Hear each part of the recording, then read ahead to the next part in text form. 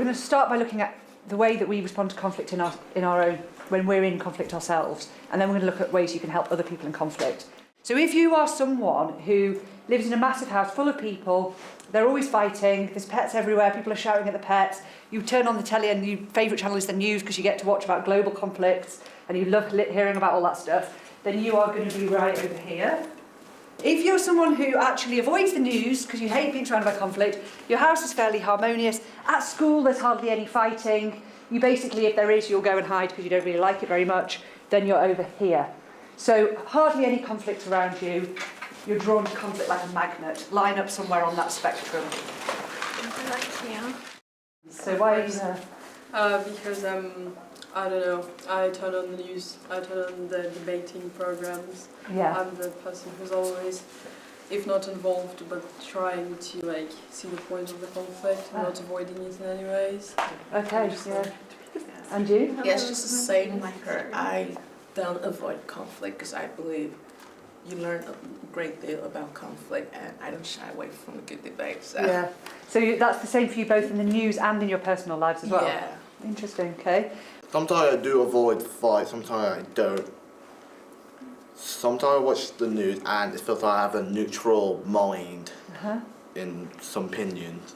I don't shy away from it, but it's never my conflict. I'm the person like who always has to like come in and like try and sit there between like the two like sides and like try and like even it out. And with like I never fight at my house, like in my home. I'm never the person who's fighting. So you're the diplomat, the kind of in between. So and I think a lot of people are probably drawn to mediation because they're naturally quite try to see both sides and help people work things out. Some people are drawn to mediation because they love a good fight and actually they want to get in there and get involved. And some people are drawn to mediation because they want to make things more harmonious and just make things better. And that's all fine. It's good to know why, what is bringing you to this.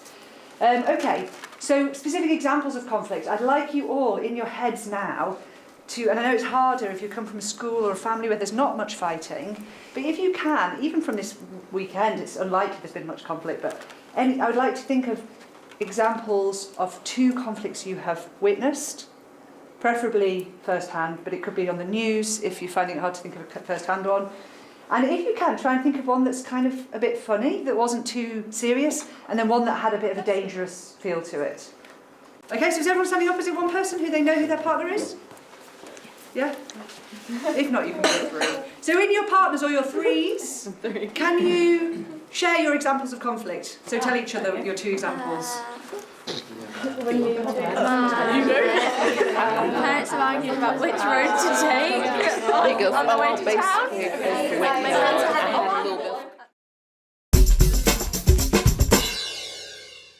The bear! But it's more about than the bear. What is it with the bear? He's a He's a refugee from the darkest Peru. For you guys, Peru's quite normal. When I was a little girl, Peru was like, Peru? Where's that? Is that a name? You know, people were not. So, what do you think it made to people that weren't aware of other countries? What did Paddington do? It creates a stereotype, doesn't it? Not necessarily. It actually made people think of other places. And what's the story of Paddington? Has any of you read it? You can read it for you. He was found in the which train station? Paddington. Yes. Okay. And what do they do with lovely cutie Paddington? Do they go, oh, just leave him there? They take him home. They take him home. And what does Paddington have on him? Evacuee sign. And he has a little sign that says what? Please take care of him. Yes? Please Now, look after this bear. Please look after this bear. So basically, it was an introduction to children about asylum seekers. But it doesn't say a book about asylum seekers. People go, oh, that sounds really boring. So this is a very interesting way. And it's amusing how you meet so many adults that don't know that this is about asylum seeking. So it's about, because we don't get told. But that's the beauty of it. You get taught something without being aware that you've been taught something. And actually that's a much more intelligent way to get a message across than sort of lecturing people, you need to accept other people. No, you need to teach people about other people. Yes? And that's what Paddington does so beautifully. Okay? Anyway, so we've been talking about foreigners. Who has blue eyes here? Ah, where did blue eyes come from?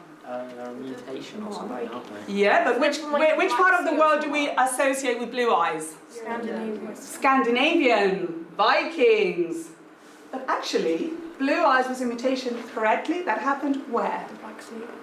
Where? Was it the Black Sea? Between the Black Sea and Afghanistan, which is why in Afghanistan there's a lot of people with... So actually, you're all a bunch of foreigners too. Okay? My ex has beautiful blue eyes. And I said, oh, he was supposed, I think it's Dutch and Norwegian blood they have. And I thought, oh, it must be that Scandinavian. Nothing to do with that. And what does that tell you about us and perceptions? We can easily make our preconceived conceptions without realising it. We can have perceptions and narratives in our head about our identity that are complete nonsense. Yeah? So, for example, what is the difference? Why is this lady dark and why is this guy red hair? What's happened in our human history? Where would her ancestors have been? Human race. No, not necessarily. I'm sorry, I've lived in London and I had friends who are second or third generation and they're still black, okay? And I've got red hair friends in Venezuela. I'm Venezuelan, I'm South American, and they're red hair. And I've got a cousin who's red hair. I've got a cousin who's black with red hair. So I don't think it's that straight cut. But what I'm trying to say is, why are we different tones? Is it because one is better than another race, or is it something more to do with genes and geography and where we live? It's because originally they were closer to the equator, so and it's a little bit warmer, so their skin turned darker. Yes, okay. And what does the red hair do to you? Why do we have red hair? Isn't it? What do we absorb better that we need to survive? Vitamin D. So, the red hair is for us so basically a capability for our body has mutated, so it has created a new way of sort of the cells have had to mutate in order to be able to do their job. So we are still healthy human beings. And that's why somebody, when he goes to the beach, I bet you have to wear some serious sunblock, hey? I should. Or you go nice and tomato, what do you do? I should wear sunblock. You should, but I think that means you don't. We are focusing on the issue of violence against women, girls, and these young people have been made aware, and they have at their fingertips data and statistics about the various forms of violence and the scale of that as a problem. And I've challenged them to design images with or without text, which will help to raise awareness of the issue, which will encourage people to rethink their attitude to this important aspect of our lives. I'm thinking of drawing a reflection in a little boy's eyes, how his dad is abusing his mum, and his thoughts about it. It's about violence against women. And Brian, who is leading this, he is looking into creating a photography project about how to create powerful images that can really change people's perceptions of violence against women. And these guys are coming up with some ideas of how we can change perceptions and about various topics such as forced marriage, FGM, rape and violence in the home. Well, we're here at a photography workshop and we're dealing with women, violence against women and young girls, and we chose the topic of rape. We think that when people think about rape, they constantly think about what the girl's wearing, how she presented herself, and we don't think that that's right. We don't think that people shouldn't have the right to wear whatever they want to wear.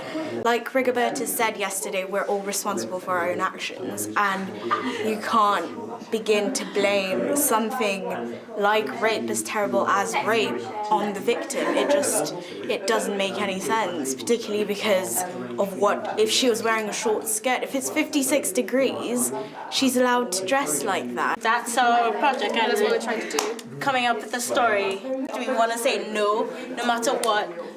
You should not be able to just rape that person or rape a young woman. We want to encourage people that are related to the victim not to blame it on her or him. And yeah, just because obviously things like this can lead to further mental issues, and it's not going to help the case if she's being blamed for that. So, a bit faster all the way through and do the music. 5, 6, 7, 8. Go step. Step. Step. Step. Behind. Behind. Behind. Behind. Front. Back. Push. Down. Slide. And wait. Go step. Step. Step. Step. Step. Step. Push. Drop. Kick. Kick. Cross. Roll. Hit, cross, turn, jump, you go, step, throw, step, kick, out, on the wrist, point, down, out, swipe, hit, point out, go up,